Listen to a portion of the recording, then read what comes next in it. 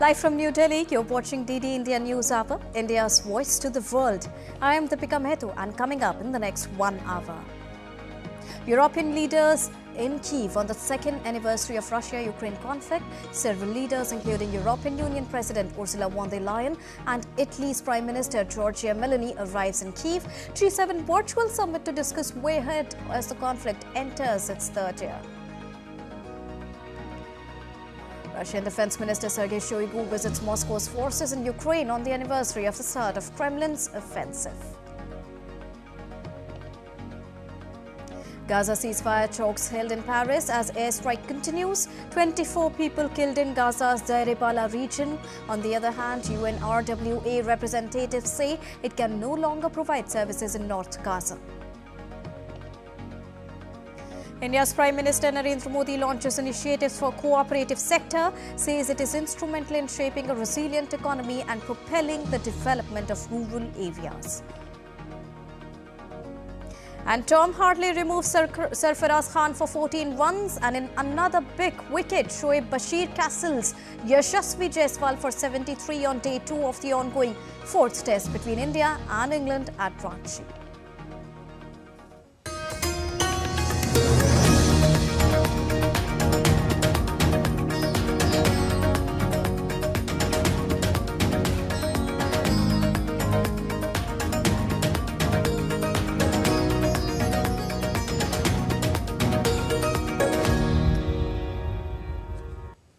To begin with the top story of the day, the Russia-Ukraine conflict marks its 2 years, and the conflict is going on, leaving a trail of devastation and human suffering on both the sides. Several leaders, including European Union President Ursula von der Leyen and Italy's Prime Minister Giorgia Meloni, are in Kyiv to show solidarity. Furthermore, fresh sanctions have also been imposed by the United States on Russian entities. Aman Kumar Himanshu put things into perspective for DD India viewers. Russia's special military operation in Ukraine marks its second anniversary on Saturday. The operation was the largest attack on a European country since World War II. In the beginning, it was expected to be a swift military operation, but it turned into a protracted conflict, leaving a trail of devastation and human suffering.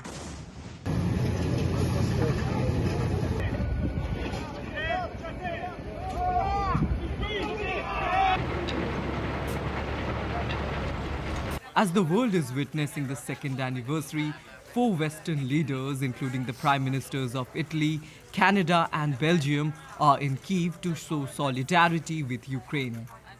In military assistance, Britain's Defense Ministry announced to spend $311 million over the next year to boost Ukraine's artillery ammunition reserves. When the war started, perhaps the whole world expected Russia to quickly overrun Ukrainian defenses and occupy the Ukrainian capital, Kyiv.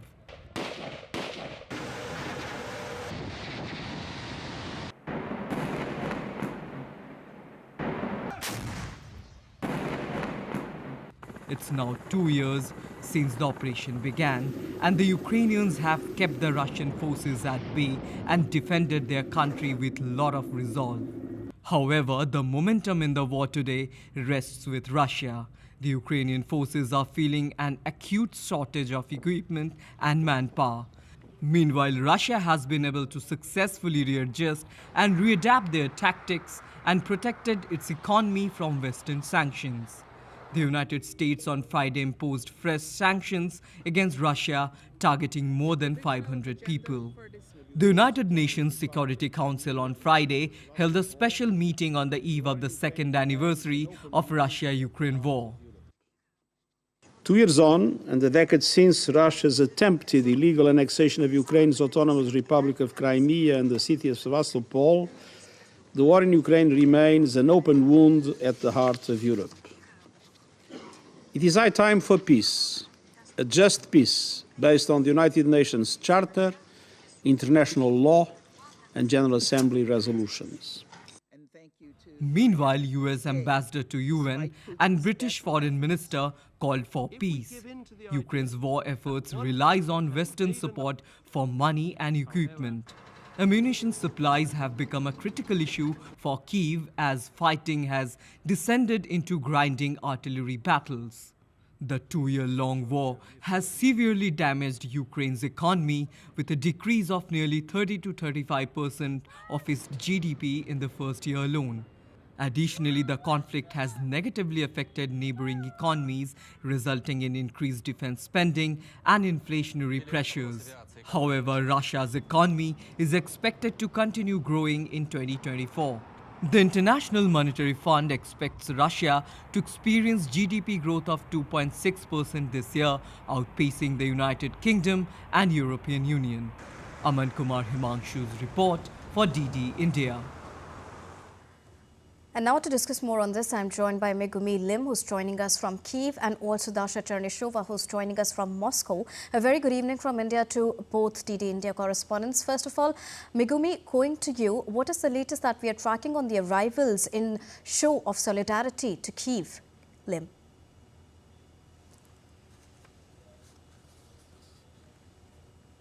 Leaders have arrived in the capital of Ukraine. European Commission President Ursula von der Leyen, along with Canadian Prime Minister Justin Trudeau, Italian Prime Minister Giorgio Meloni, and Belgian Prime Minister Alexandre De Croo, has arrived in Kyiv in a show of solidarity and support as the country marks its entering its third year of war against Russia. Now, these world leaders have used what many world leaders have used to come into Ukraine, the Ukrainian railway. This has been the main method of a way of entering Ukraine since Russia launched its full-scale invasion, as air travel is still impossible. And so these leaders will be meeting at St. Sophia, which is in front of me. I'm at St. Sophia Square to discuss security cooperation and ongoing support for Ukraine in the coming hours. And now going to Dasha, who's there in Moscow. Dasha, the defense minister of Russia is also there in Ukraine. What is there on top of his agenda to visit Ukraine?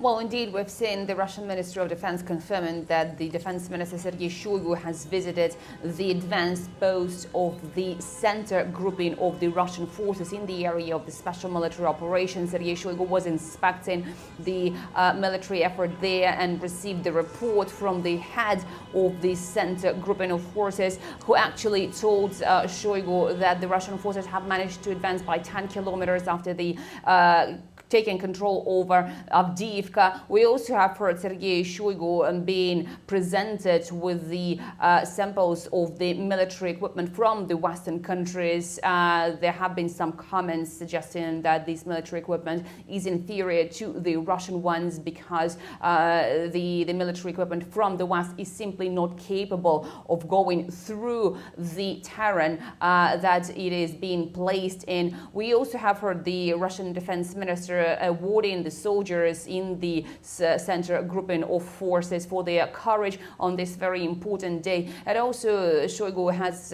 instructed the Russian forces to be treating humanely the prisoners of war that are surrendering to the Russian troops from the Ukrainian side.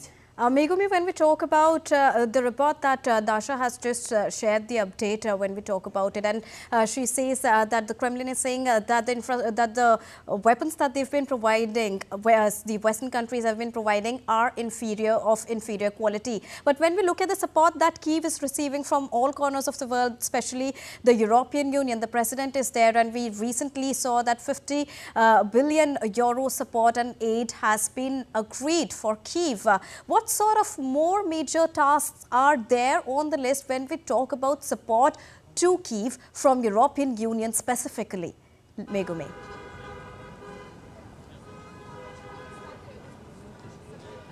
Well, the European Union has been one of the staunchest supporters of Ukraine since the start of Russia's full-scale invasion. They have indeed introduced many security and military aid packages and financial assistance to Ukraine, but it is still no match to the United States in terms of arms and weapons deliveries and in terms of military aid.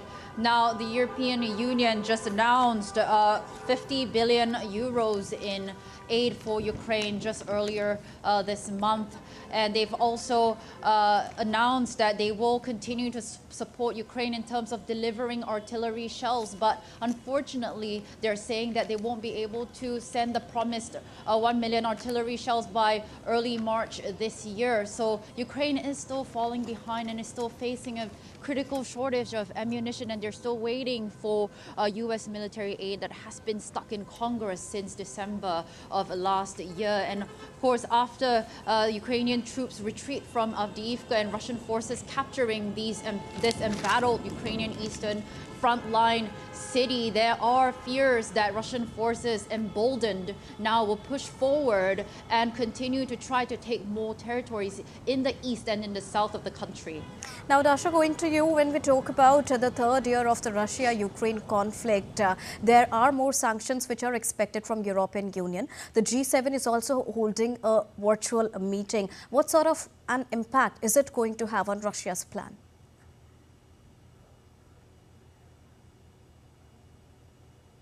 Well, as we hear the reaction here from the Russian officials on all of those sanctions that are being imposed against Moscow by the Western states, Moscow insists that they do not change the course that Russia has taken, and that those sanctions are not affecting Russian decision-making. Instead, they also point to the very fact that Russian economy has managed to grow in 2023, and it is expected to continue growing in 2024, even though this growth will be more moderate. And while the Russian officials are being sanctioned, they all say that this sanction agony, as they describe those sanctions and restrictions imposed by the Western states, is only the proof that the Western countries do have no other choice. They have no other tools to impact Moscow somehow. So these attempts are described as fruitless and futile attempts to influence Russia, as an attempt to meddle into Russian domestic affairs, but they are not expected to change the result and the resolve of Moscow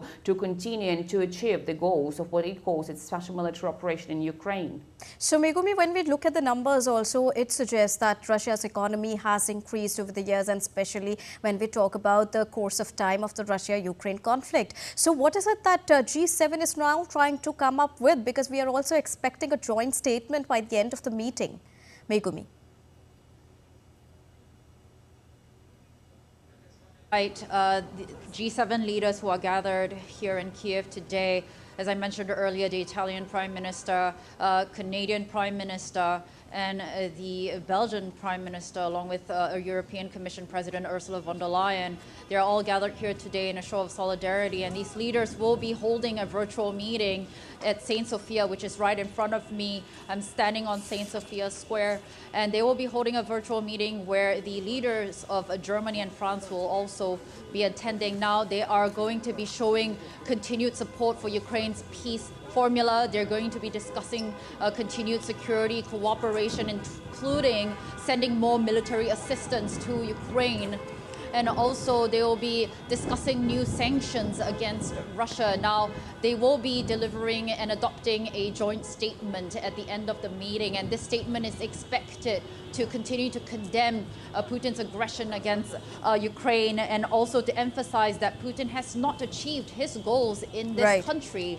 And they will also call on Russia to fully and unconditionally withdraw his troops from Ukraine, and also to pledge to never recognize any elections that will be held now or in the future in Russian-controlled territories of Ukraine. All right. Thank you so much, Megumi, and thank you so much, Dasha, for joining us and bringing us the latest on the second anniversary of the Russia-Ukraine conflict, and what are the plans that both the sides are now up to work on its third year as they enter their third year now. Thank you so much.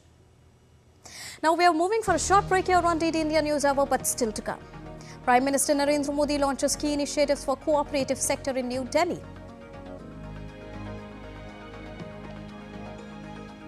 Indian delegation led by Governor of East Indian state of Bihar, Rajendra Vishwanathan Arlekar, visits Ayutthaya, Thailand. Group of Republican Party lawmakers urges US President Joe Biden to follow India's example and deactivate TikTok account, citing safety concerns.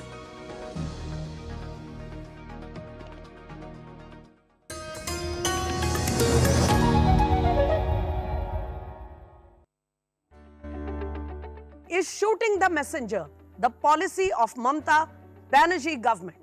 Is it going to work? Will it bring relief to the people? The arrest of a journalist during a live show. Now, just imagine the police could have arrested him before or after the show. You want to send a message across the fraternity. It will be very difficult for Mamata Banerjee to suppress all these voices. She is trying her best. Please take pains to identify what the truth is. First, register the cases. You're not only not registering the cases, you're not even pursuing the cases. And that goes to show what your priorities are.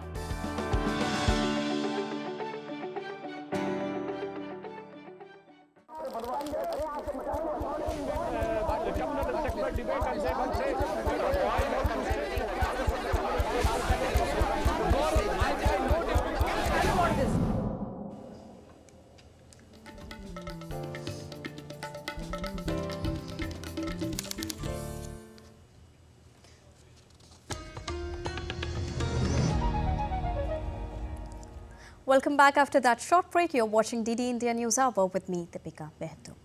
Well, India's External Affairs Minister Dr. S. Jaishankar today emphasized that the Quad, the strategic security forum comprising of India, Australia, US and Japan, is propelled by a change in the global order that requires greater cooperation among like-minded countries.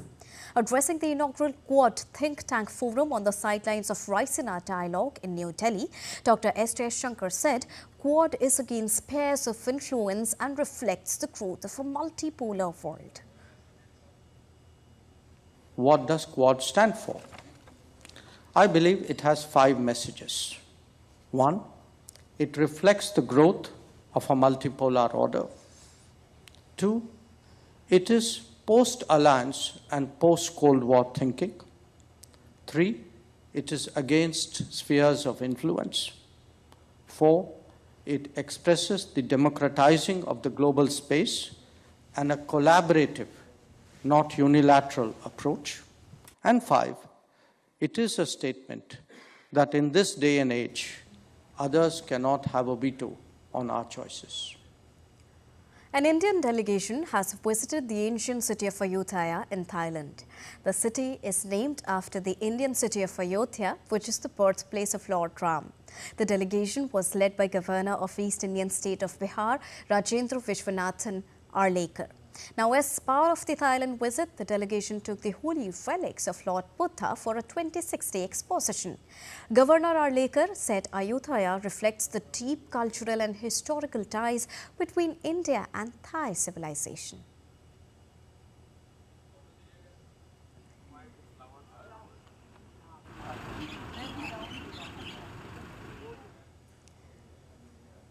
DD India correspondent Akshay Dongre spoke to the Governor of India's eastern state of Bihar, Rajendra Arlekar, on the cultural connect between India and Thailand. We are in the Ayodhya city of Thailand. Yes, the exact name as the Ayodhya city of India, that is the birthplace of Lord Shri Ram, where the Grand Temple is being made now. In fact, it has been inaugurated by the Prime Minister. Sir, after coming to the Ayodhya of Thailand, how deep do you think the cultural connect is? Because everywhere that we see the same kind of symbols, same kind of cultural heritage that we see in India as well here. The connect between the two countries, India and Thailand, is very deep-rooted. It should not be viewed superficially. Right. That is the reason why we need to, our people from India, they need to come here again and again to see what cultural bonds we have in India as well as in Thailand. And that is the reason why I am here probably. Right. So I am very much fascinated, and it is heartening for me to be here when the Ram Mandir in Ayodhya has been inaugurated. Right. The very grand event it was. In that era, I am here. Right. in the city of Ayodhya of Thailand. While the tourism in Ayodhya in India is now getting revived, the tourism sector or the knowledge or the awareness of this Ayodhya in the people of Thailand has always been there. So do you think that something we can learn from Thailand as well as far as preserving that culture is concerned, preserving the heritage is concerned? I hope our governments in India maybe central, maybe the state governments, there any other part of except other than Uttar Pradesh also, they need to do something for this, and they have to have the connect with our embassy here, with the people here, and the officers there in the culture ministry as well as social welfare ministry. They have to have good connect here so that we can do a lot to have this established relation within us. Thank you so much, sir. So that was the governor of the state of Bihar talking to us about the heritage of this Ayodhya and the cultural connect between the people of Thailand and India. And it's not just a temple, even the king of Thailand is called Ram. He's also called Dharmaraj. The head patriarch, the supreme patriarch of Thailand is called Sangraj. So this cultural connect needs to be revived is the message that we are getting from here in Thailand's Ayodhya. With camera person Mahesh Sharma, Akshay Dongre, DD India. With an aim to boost the cooperative sector of the country, India's Prime Minister Narendra Modi on Saturday inaugurated multiple key initiatives for the cooperative sector. Prime Minister Narendra Modi launched the pilot project of world's largest grain storage plant in cooperative sector at Bharat Mandapam in New Delhi. Now, this is being done in 11 primary agricultural credit societies or PACs of 11 states. Prime Minister Narendra Modi also laid the foundation stone for additional 500 PACs across the country for construction of godowns and other agricultural related infrastructure. Now, this is to integrate PACs godowns with the food grain supply chain, fortifying food security and fostering economic development. The Prime Minister also inaugurated project for computerization in 18,000 PACs across India. Now, this aims at vitalizing the cooperative sector and empowering small-scale farmers as well. While addressing at the launch event at Bharat Mandapam, Prime Minister Narendra Modi hailed the project as world's largest storage plant in cooperative sector. He stressed that the plan would empower the small and marginal farmers. दुनिया की सबसे बड़ी भंडारण योजना के तहत अगले 5 वर्ष में 700 लाख मैट्रिक टन भंडारण की क्षमता तैयार की जाएगी। इस अभियान में 1.25 लाख करोड़ रुपए से ज्यादा का खर्च आएगा। इस योजना के पूरा होने पर हमारे किसान अपने उत्पादों को अपनी जरूरत के मुताबिक भंडारण में रख करके स्टोर कर पाएंगे। उन्हें बैंकों से ऋण लेने में भी आसानी होगी और वो सही समय पर जब उनको ठीक लगे कि हाँ अब माल बेचने के लिए बाजार ठीक है, सही समय पर अपने उत्पाद को बाजार में ले जाकर बेच भी पाएंगे। Prime Minister Narendra Modi also hailed the computerization of primary agricultural credit societies or PACs. He said that this would give new expansion to agriculture infrastructure across the country. Gujarat में हमने देखा है कि जब दूध का पैसा सीधा बहनों के खातों में जाना शुरू हुआ तो उसका एक सार्थक सामाजिक परिवर्तन आया। अब तो हमारी सहकारी समितियां, हमारे पैक्स कंप्यूटराइज हो चुके हैं। इसलिए अब यह सुनिश्चित होना चाहिए कि जो भी काम हो, जो भी पेमेंट्स हो, वो डिजिटली हो। विशेष रूप से कोऑपरेटिव बैंक्स को डिजिटल टेक्नोलॉजी को आत्मसात करने के लिए तेजी से काम करना चाहिए। Now, India's Prime Minister Narendra Modi also addressed the Viksit Bharat Viksit Chhattisgarh program via video conferencing on Saturday. Lining up with the vision of making India a developed nation by 2047, Prime Minister inaugurated the foundation stone of multiple development projects worth 35,427 crore rupees in Chhattisgarh state. The projects cater to important sectors like roads, railways, coal, power and solar energy. The projects were launched under India's Viksit Bharat campaign. While addressing the program virtually, Prime Minister reiterated that his government would left no stone unturned to help the weaker sections of the society. 2014 में मोदी ने guarantee दी थी कि सरकार ऐसी होगी कि पूरी दुनिया में हर भारतीय का माथा गर्व से ऊंचा होगा। ये गारंटी पूरी करने के लिए मैंने अपने आप को खपा दिया। 2014 में मोदी ने गारंटी दी थी कि सरकार गरीबों के लिए कोई कोर कसर बाकी नहीं रखेगी। गरीबों को लूटने वालों को गरीबों का पैसा लौटाना पड़ेगा। आज देखिए, गरीबों का पैसा लूटने वालों पर सख्त कार्रवाई हो रही है।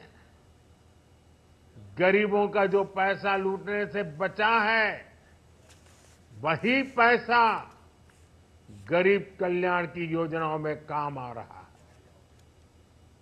A group of Republican Party lawmakers in Congress are urging US President Joe Biden to follow India's example. They are asking him to deactivate his new TikTok account, citing safety concerns. President Biden's re-election campaign joined TikTok earlier this month in an effort to mobilize younger Americans, with polls showing him losing support among those voters. But will it make a difference at the ballot box in November? Ben Shihaya has a story.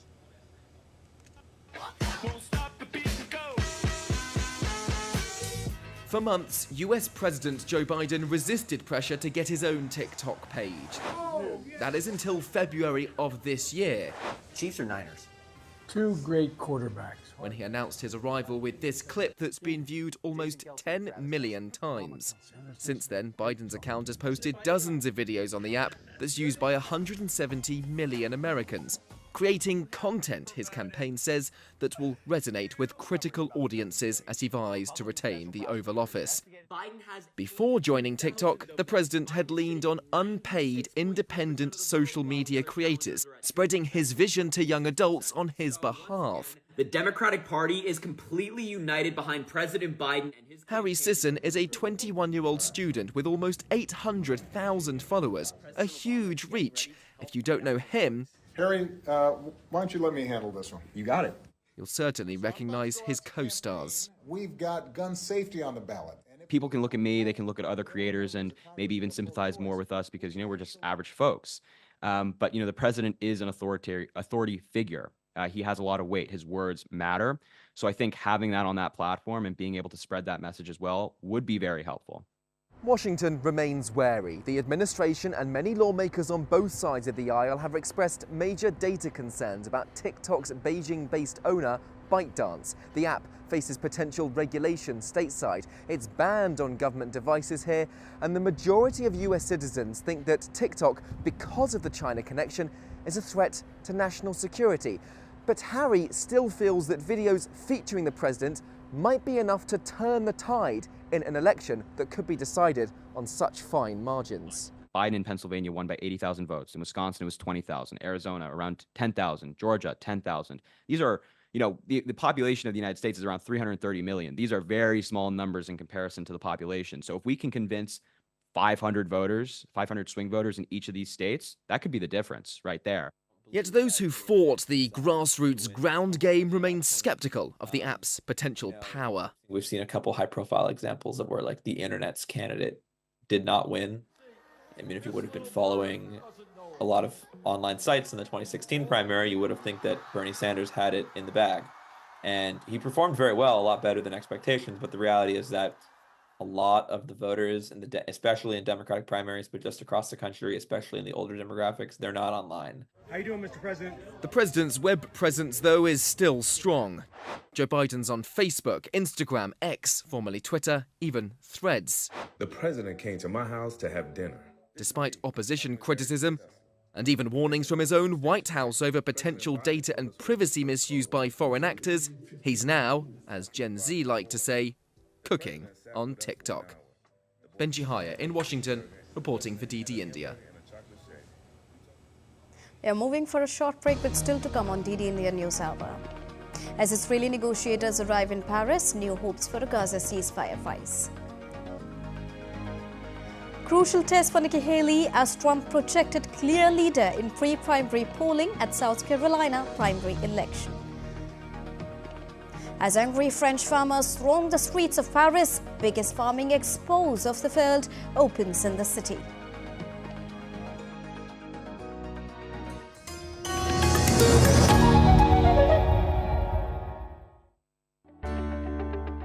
Is shooting the messenger the policy of Mamata Banerjee government? Is it going to work? Will it bring relief to the people? The arrest of a journalist during a live show. Now, just imagine the police could have arrested him before or after the show. You want to send a message across the fraternity. It will be very difficult for Mamata Banerjee to suppress all these voices.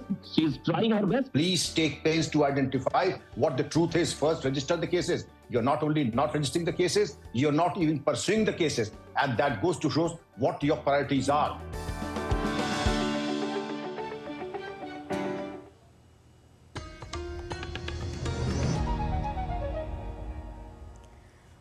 Welcome back after that short break. You are watching DD India News Hour with me, Deepika. Let's quickly recap the top headlines.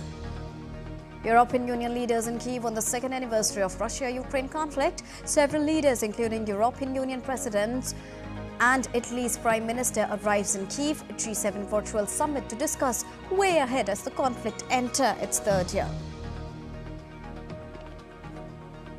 Russian Defense Minister Sergei Shoigu visits Moscow's forces in Ukraine on the anniversary of the start of Kremlin's offensive.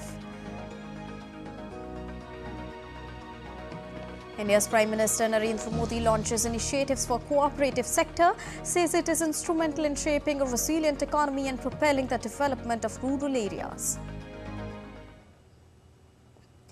Now, in a fresh move, an Israeli negotiating team has reached Paris for a potential ceasefire in Gaza. It is the latest sign of tentative progress towards an agreement that could end the 5-month-old Israel-Hamas conflict. The Israeli delegation, that includes the heads of its internal and external intelligence services, will meet the director of the CIA, Qatar's Prime Minister, and Egypt's most senior intelligence official for talks over the weekend in a serious push to halt the ongoing conflict. And now to bring us the latest, Tony Waterman joins us from Paris. A very good evening from India, Tony. Now, when we talk about the latest peace talks, what is the latest that you can bring to our viewers? Well, these talks are taking place here in Paris. These delegations arriving, actually, some of them on Friday. We're expecting these talks to last right through the weekend. And this is really seen as the most serious push to try to get to a deal for a ceasefire and a release of those 100 or so Israeli hostages that are believed to still be being held in Gaza. And one of the things that actually has brought Israel back to the negotiating table is evidence, credible evidence, that medication that they had sent to some of those hostages in Gaza has actually reached those individuals. And there are also these indications from the mediators in this conflict, Egypt and Qatar, that Hamas is softening on some of its demands, which Israel had called that initial set of demands delusional. So one of the biggest sticking points in these negotiations so far has been around the number of Hamas or Palestinian prisoners being held in Israel, the number of them that would be released, and also who specifically would be released. So Hamas wanted to say which individuals they wanted to see released. Some of those individuals are serving life sentences in Israel right now, having been convicted of murdering Israelis. So that has been a major sticking point. But again, we're hearing that there is some softening coming from the side of Hamas. And these talks that are taking place in Paris are really about trying to close those gaps so that there can be a deal reached. And there is this major push and this race to get this deal done, a ceasefire in place, these hostages released, and humanitarian aid flowing ahead of the holy month of Ramadan, which is going to be starting in March, and also ahead of any serious ground invasion of Rafah. But there are high expectations from this negotiation discussion which is currently on. But what if the peace talks totally fail to take place? Yeah, that is a very realistic possibility. This is a very sensitive and delicate type of negotiation. Israel has been very hesitant to move towards any type of ceasefire after that initial one that we saw weeks ago. I think that the ultimate goal of these mediators is to find a lasting peace that can be established. But what they very well may end up settling for is a temporary ceasefire, a pause in the fighting so that humanitarian aid can be delivered, that more hostages can be released. And also, it's not just these hostages. It's believed that some 30 Israelis that were being held hostage have now died. So it would be about getting those bodies back to their families so they can have a proper burial. So I think everybody's ideal is for there to be a ceasefire. That may not end up ultimately being the case. And if that happens to be the outcome of these negotiations, they will certainly continue in the days and weeks to come. But we can expect that this ground offensive that Israel wants to push into Rafah, that may become even more of a reality. Now, having known the fact that the death toll is rising there, are we having ample number of aid which are being transported into Gaza? Well, the aid agencies themselves say absolutely not. They say that there is a humanitarian crisis unfolding in Gaza, that people are starving to death, that there is not enough food, there's not enough water, there's not enough medical equipment and supplies. So from their perspective, absolutely not. There is some aid that is getting into Gaza. All of those convoys of trucks are being checked meticulously at the borders by Israelis before they are allowed to enter into Gaza. They want to check to make sure that there's nothing else being sent into the Strip alongside those necessary supplies. But you're talking about the death toll, which is now almost at 30,000 Palestinians that have died over these last couple of months in this bombardment in Gaza. So this is very much an issue that is at the forefront of a lot of governments. Certainly here in France, they are calling for an immediate ceasefire. And what they would like to see, the French government, is a two-state solution. But we saw this plan being released by the Netanyahu government just yesterday. And it does not have a two-state solution as part of the plan. It would actually have the Israelis having a very strong presence in Gaza and also making the territory be run by people who are unaffiliated with Hamas. All right. Thank you so much, Tony, for joining us and bringing us the latest update live from Paris. Moving on, the South Carolina primary election is a crucial test for former U.S. Ambassador to the United States, Nikki Haley, as the latest and the last possible alternative to Donald Trump to be the Republicans' pick for the president. The latest polls show the former president is well ahead to get the party nomination after successful runs in both Iowa and New Hampshire, but that is not stopping Haley from at least trying. Caroline Malone reports from South Carolina. From Charleston to Greenville, Myrtle Beach to Georgetown, Nikki Haley has been going all out to campaign, but may find her path to the presidency blocked by Donald Trump's supporters. Now we've got 14, 15 million illegals just crossing the border, walking in. They're calling it migrant crime now. Sadly, I guess they don't have a choice, but Trump actually said that what is coming into this country is not the cream of the crop. I love him. I think that I love his blunt reactions. I like the fact that he wasn't afraid to stand in front of the media and answer questions, and he will do what it takes to get the job done. Polls are predicting a 30-point lead in the result of Saturday's vote in South Carolina for the former U.S. president. Getting up on the stage. That seems to be rather difficult for some of our leaders these days. Yeah, it took you a little while. His son Don Jr. agrees. He made fun of Haley and President Joe Biden at campaign events and said Trump will fix the economy and crack down on border security. Whether they agree or not, people are certainly engaged. More than 200,000 voters have already cast ballots. While early voting numbers show that more people came out to vote early in the Republican primary in South Carolina than they did ahead of the Democratic primary in early February. And with many more people choosing to take up that option, it's likely to have a big impact on Saturday's poll. Around 3 million people are eligible to vote and others can register on the day. It's an open election, meaning Democrats who didn't vote for Biden can vote for Haley. So she's got to convince those people saying that, hey, I may be a Republican, but maybe you are a conservative Democrat. Maybe you don't like Joe Biden's presidency. Or she can argue with them that, hey, you may not love me, but remember Donald Trump? You really don't like him. Haley says her priority is to stop war and that people can't let the chaos of Trump back into the White House. I love her. Yeah? Yeah, I was kind of on the fence, and I'm anybody but Trump. Why anybody but Trump? Because I cannot stand Trump. Ever since the insurrection, especially. Haley may be behind in the polls, but is still campaigning hard to get every extra voter she can behind her on Saturday. Caroline Malone, Georgetown, South Carolina, for DD India. One of the biggest farming expos in the world is all set to open in Paris on Saturday.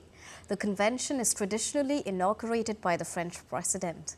This year, Emmanuel Macron is going to face angry farmers who've been protesting for weeks over a litany of grievances. And as Tony Waterman reports, some are already waiting for him at the venue. As this massive agricultural show gets underway here in Paris, French farmers are piling the pressure on the government. You can see this massive convoy of about 30 tractors that made its way through and around the city earlier, moving at a snail's pace and causing just a bunch of traffic jams before landing here at the convention center where the show is taking place. These farmers say that they are not satisfied with the concessions that the government has already made. Things like pausing a fuel tax and also cracking down on distributors who are violating laws that are meant to protect farmers' salaries. Now, Emmanuel Macron, the French president, was meant to have a debate with these farmers on Saturday, but has now canceled that at the last minute after the largest farmers union in the country, the FNSEA, said that it would not participate. They called the debate provocative and said that emotions are just running too high right now for a peaceful dialogue to take place. Some of these farmers have actually been protesting now for weeks. They are protesting things like low salaries, spiking costs, cheap imports, red tape, and new environmental regulation. Earlier this week, the French Prime Minister, Gabriel Attal, held a press conference. He said that farming should be of a national interest for the country and offered support packages for these farmers, which are going to be put into a bill in June. This convention that is taking place here over the next week is one of the largest agricultural shows in the entire world. It brings together people from all different aspects of the industry, representatives from more than 30 countries, but this year it seems that the main focus is going to be on protesters, not just here in France, but really right across Europe. Tony Waterman in Paris reporting for DD India. And now in DD India News Hour, let's quickly take a look at other stories making news. The Enforcement Directorate of India conducted raids in the Indian state of West Bengal as part of the investigation into the alleged public distribution system scam involving TMC leader Sheikh Shehnaz. The Indian Meteorological Department has predicted that a fresh western disturbance is set to impact the western Himalayan region till the 25th of February, with isolated light rainfall and snowfalls expected. Government of India has extended an invitation to the leaders of Ladakh to discuss their demands presented to the Union Home Ministry earlier. These demands include the extension of the 6th schedule of the Constitution to Ladakh statehood an additional parliamentary seat as well. Indian government has approved a financial incentive for the armed forces personnel who bagged medals in the 19th Asian Games and 4th Asian Para Games in Hangzhou, China last year. We are moving for a short break here on DD India News Hour, but still to come. In a boost to India's automobile sector, light vehicle sales surged by 35% in 2023. And day 2 of the ongoing 4th test between India and England underway in Ranchi. It is already stumps there, and India is currently trailing at 134 runs. US moon lander is alive and well on lunar surface.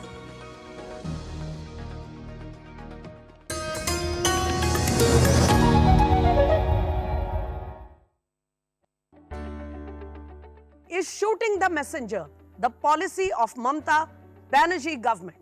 Is it going to work? Will it bring relief to the people? The arrest of a journalist during a live show. Now, just imagine the police could have arrested him before or after the show. You want to send a message across the fraternity. It will be very difficult for Mamta Banerjee to suppress all these voices. She is trying her best. Please take pains to identify what the truth is. First, register the cases. You're not only not registering the cases, you're not even pursuing the cases. And that goes to show what your priorities are.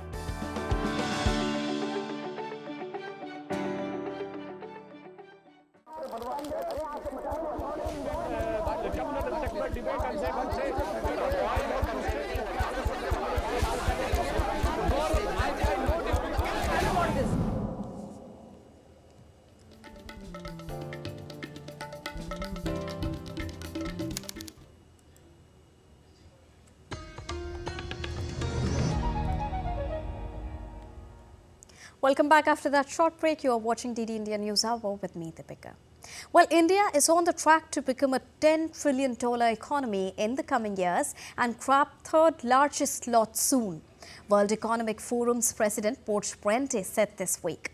He also described India as a place with optimism not seen elsewhere. Many eminent economists also echoed his statement, saying India has successfully developed by far the best digital economy and financial architecture across the world. Now, despite widespread worsening geopolitical situation, India recorded a gross domestic product expansion of 6.1% in its March quarter. The growth moved up to 7.8% in the June quarter and was 7.6% in September's quarter. The growth momentum is expected to sustain, making India the fastest growing major economy in the world, which is much ahead of China. And light vehicle sales in India surged by 35% in 2023 as compared to pre-pandemic levels.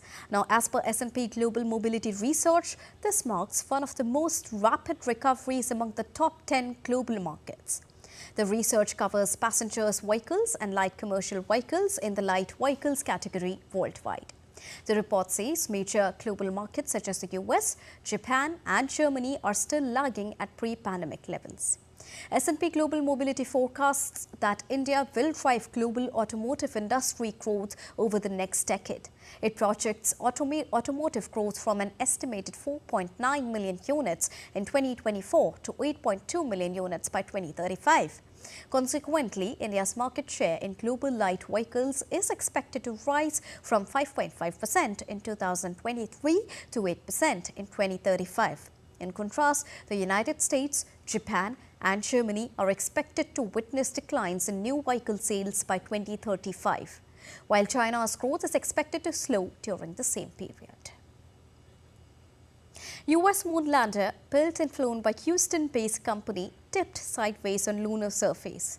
The moon lander, dubbed as Odysseus, is alive and well, but was resting on its side a day after its white-knuckle touchdown as the first private spacecraft ever to reach the lunar surface and the first from the United States since 1972. The uncrewed robot lander is carrying a suite of scientific instruments and technology demonstrations for NASA and several commercial customers designed to operate for 7 days on solar energy before the sun sets over the polar landing site. The vehicle is believed to have caught one of its 6 landing feet on the lunar surface near the end of its final descent and tipped over, coming to rest sideways, propped up on a rock. An analysis of data by flight engineers showed, according to Houston-based Intuitive Machines. The vehicle is stable near or at our intended landing site. We do have communications with the lander. And moving on to cricket, spinner Shoaib Bashir claimed 4 wickets to reduce India to 219 for the loss of 7 wickets in reply to England's first innings total of 353 on day 2 of the 4th test. Bashir's strikes helped England go nose ahead in the contest as India currently trail by 134 at the end of the play today. In reply to this, the hosts lost Rohit Sharma early, but opener Yashasvi Jaiswal led India's fight back with a fluent 73. Now Jaiswal and Shubman Gill added 82 runs for the 2nd wicket. Shubman Gill was dismissed by Shoaib Bashir for 38. After that, the lanky off spinner snapped up Rajat Patidar, Ravindra Jadeja and Yashasvi Jaiswal in quick succession to peg back the India innings. Earlier, Joe Root led England's remarkable turnaround with an unbeaten 122 before the tourists were all out. Now, India is currently leading the series by 2-1. To discuss more on this, I'm joined by Narayan Singh straight from the newsroom. And Narayan, it's already stumps. India is trailing. What do you have to say about India's batting today? It was struggling altogether. Today, the way the match started in the first session, the way after the departure of Rohit Sharma, Yashasvi Jaiswal and Shubman Gill just gave some sight of relief for the India and added a good partnership for the 2nd wicket. It was looking like that India will go ahead from here and score a big, but in the 2nd session when the Bashir came and the lanky pace spinner, the way he bowled, and just we should say that should praise him. In the previous matches he was looking under pressure, but today he took his time, just understood the situation and how he, with his calm and composure, he bowled at the right areas. That was the key. If you take a look at the match, the ball was not moving every time, but whenever there are selected areas where the ball was pitched, in that area the ball was moving, and he knew that trick and he did good thing. And whenever he was bowling and pitching the ball at the right areas, he got wickets, and that's why the 2nd session he turned the table and put the match in the England's favor. Otherwise, if you take a look the way Yashasvi Jaiswal was batting, we were thinking that it could be the match is in India's grip. But in the 3rd session also England took 2 wickets, and Tom Hartley also came and took 2 crucial wickets. But the way how Indians will play on day 3 tomorrow, it will be of a great, we can say that it will matter. It will just decide the course of this match. And they would be really very ahead of the 3rd day. They would be really careful of Shoaib Bashir's performance, because today he was really spectacular, isn't it, Narayan? If you take a look at this pitch, as the match will progress, as the 3rd day will progress tomorrow, we will see that the pitch will deteriorate more. So it's going to be very difficult for any batsman to bat here, because the way England spinners are bowling and the way they took the match from India's command. So definitely we can say that it's going to be very tackle the situation tomorrow, and which side the match goes, it remains to be said. Overall, here kudos to England, the way they put pressure on the India. If you take a look throughout the match, they put a fielder in front of the batsman, and that is putting the batsman in the dilemma. The way Ravindra Jadeja got out, so there are the tactical, we can say tactically they looked superior today in this match, and they just put their baseball cricket at the side. And yesterday we saw the way their Joe Root played. It was looking like that after 3 early jolts by the debutant Akshdeep. It was looking like that they will falter in the 2nd session, because in the 1st session only half of the team went back to the pavilion. But the way tactically they put things in the right place, I think that was the key, and it remains to be seen how tomorrow they will approach. A lead of 100 runs in the 1st inning for England is going to be, we can say that they will have an upper hand if they take a lead of 100 runs in the 1st inning. All right, thank you so much, Narayan, for joining us and bringing us a rounded perspective on the 2nd day of the 4th test between India and England in Ranchi. Moving on, in tennis, 18 years old Jacob Mensik advanced to his first ATP Tour finale, following an entertaining Qatar Open victory over French veteran and wildcard Gael Monfils. Mensik, who's playing in just his third tour-level event, claimed a 6-4, 1-6 and 6-3 victory to become the youngest ATP finalists since Carlos Alcaraz and Umag back in the year 2021. Up next for the Czech is second-seeded Russian Karen Khachanov, who saw off Australia's Alexei Popyrin by 7-6 and 6-2. Russian qualifier Anna Kalinskaya continued her giant-killing run at the Dubai Tennis Championships by stunning world number 1 Iga Swiatek by 6-4 and 6-4 to make it to the finals and inch closer towards her maiden tour-level title. Standing in Kalinskaya's way on Saturday will be unseeded Jasmine Paolini, who saved 6 set points in the other semi-final against Romanian Sorana Cirstea to win by 6-2 and 7-6. Australian Open quarterfinalist Kalinskaya fought from a break and 4-2 down and forced Swiatek into making a number of errors with relentless hitting in the first set that the 25-year-old wrapped up in little under an hour. On to hockey. Chief coach of Indian women's hockey team has resigned. Now, Shopman quit after the conclusion of Indian women's hockey team's outing in the home leg of the FIH Hockey Pro League. She had taken over the reins from former chief coach Sir John Marine, under whose tutelage India finished in a historic 4th position at Tokyo Olympics. First ever Olympic breakers from Australia were announced on Saturday as the sport gears up for its debut at the upcoming Paris 2024 Olympic Games. 36-year-old university lecturer Rachel Gunn and 16-year-old student Jeff Toon will represent the country as one of only 16 females and 16 male competitors at the Games.